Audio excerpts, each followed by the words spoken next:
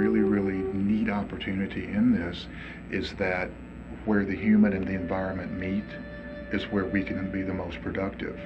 And I think that the collaboration that we have going now with that will be invaluable. Alaska is still very unique in that the reality is many of our villages in our state still have our traditional way of life. We're still harvesting from our lands and waters the foods that our ancestors have harvested. And by bringing in this knowledge into a national process, some of these people think natives just eat out of the store like they do in other parts of the world. Yeah, some of the natives do go buy foods from the store, but many of our people still harvest the whale, caribou, the fish, the moose, the seals. We still harvest the sinew and make our skin boats. Really just to connect with other people and hear, where people are at nationally across the board. And so it's always good to kind of gauge and to really program share and solution share with some of the issues that we're all facing.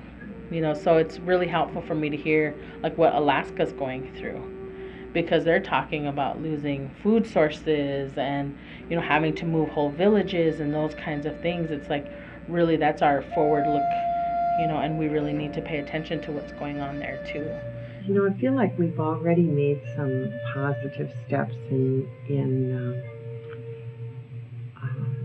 meeting with different programs at the Centers for Disease Control and giving them an idea of what's happening on the reservations and why their programs are not reaching the Indian people.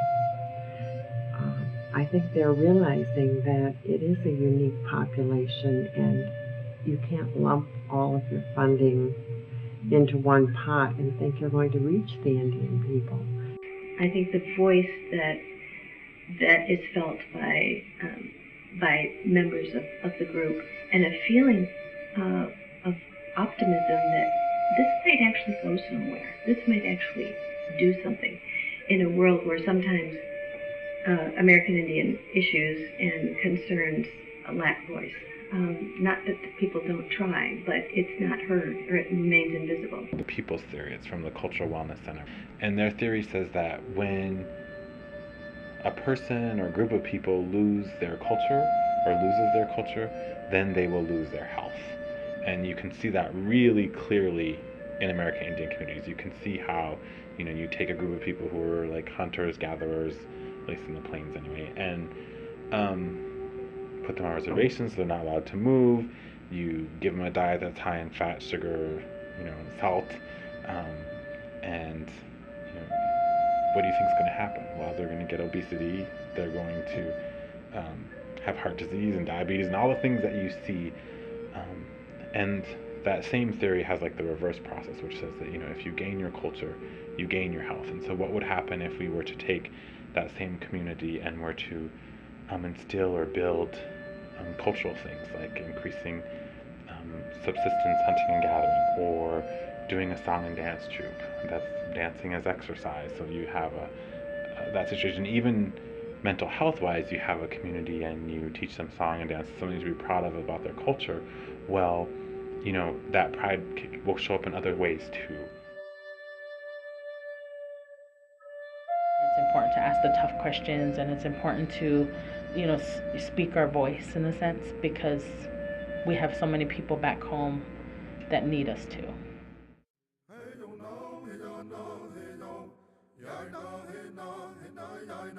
The mother in our community and culture is the one who gathers the people to her bosom, just as the earth does for us. Our food, our language, our culture, everything that supports our human society comes from the earth and the mother. In the Lakota culture, we have a phrase, mitakuye oyasi. Some people say mitakuye owasi, but it means that we are all related. Or it can mean all my relatives, or it can mean God bless all my relatives, but it's what we say when we end a prayer.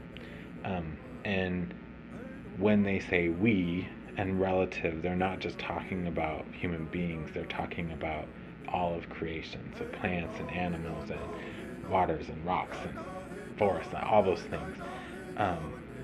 And I believe that the Creator calls us, just like in your family, to be a good relative to one another. And so we have a responsibility um, and a call to care for the earth and the land and creation in a way that shows that we're a good neighbor and a good relative. We understand that Mother Earth provides life. She provides sustenance. She provides our food, and she provides our places where we pray. When you think about the environment in a way that holds reverence, then you're less likely to engage or participate in activities that might violate the sacredness of the earth. What I have been able to learn working with American Indian communities is place is everything. It has historical significance, cultural significance for a number of reasons. But I've had many, I believe, very wise American Indian people tell me and inform me that environment is really part of them, and that the historical significance of removal from their traditional environment is almost as if there's a part of themselves removed. So place is not only being removed from one's place, is not only significant because the ways of sustaining health and food and shelter completely must change, and new adaptations must occur. But it's almost as if part of yourself is also lost. I've watched tremendous amount of respiratory illness occur in Nooksut. But when I started in the village in '86, there was only one person who used an inhaler. To 2000, there were 75 people using medicines on a regular basis to help them breathe. And the flaring of the gas, we have exemptions to air quality standards in our state, as well as water quality standards, and all of the existing oil and gas development processes are exempted. So we're having to fight to try to even get protective measures in place, but there's no enforcement to it. And I think what we have to keep in mind is our leaders before us protected this land. And I had an uncle who was great. His goal was to protect the environment. And I think, we're taught in the Indian way that it's your turn to move up the ladder. And I kind of feel like I'm at that age now.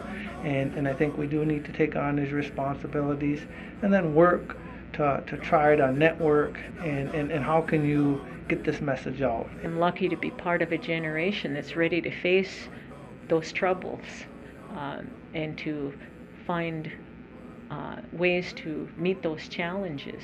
If you look at Indian country all the way from the northernmost Alaskan Native villages to South Florida and up to the Passamaquoddy in Maine, we all have very unique geography, very unique cultural and linguistic positions on the planet.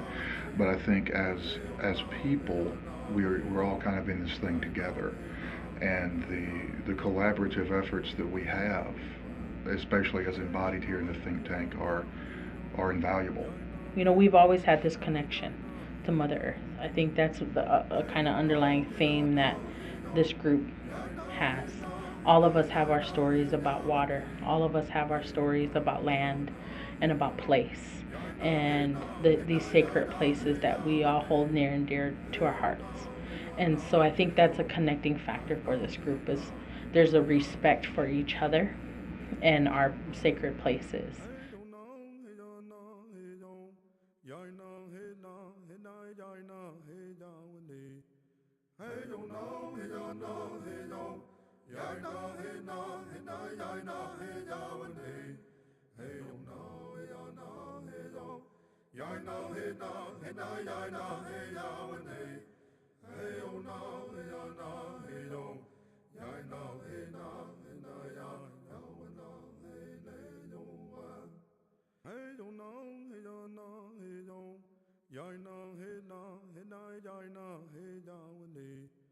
Hey yo no, hey yo no, hey yo.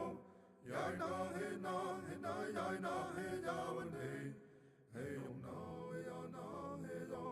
Yai na, hey na, hey na, yai na, hey ya one day. Hey yo no, hey yo no, hey yo. Yai na, hey na, hey na, yai na, no, hey na, yo wa. Hey yo no, hey yo no, hey yo. Yai na, hey na, hey na, yai na, hey ya one day. Hey yo no, hey yo no, hey